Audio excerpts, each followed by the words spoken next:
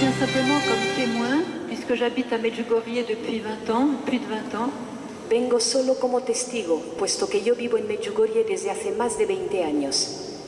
Et je voudrais partager avec vous plusieurs messages fondamentaux que nous donne la Vierge à Medjugorje.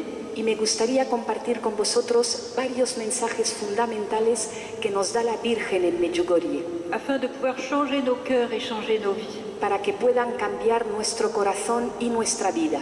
Car le but des apparitions de Medjugorje est de nous faire changer de direction. Porque el objetivo de las apariciones de Medjugorje es que cambiemos de dirección. Parmi les événements majeurs que je peux vous rappeler pour ceux qui connaissent peu, je dirais que les apparitions ont commencé en juin 1981.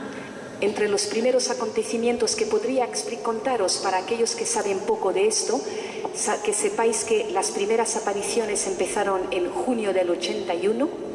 Et ce jour-là, 6 enfants ont dit voir la Sainte Vierge. El 24 de junio, y ese día dijeron 6 niños que habían visto a la Virgen. Et il se trouve qu'ils ont vu la Vierge depuis maintenant presque 30 ans chaque jour. Pues resulta que desde entonces hasta ahora, hace 30 años, vienen viendo a la Virgen todos los días.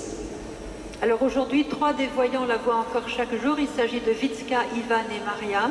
A día de hoy son 3 los que la siguen viendo todos los días: Iván, Vitska y María.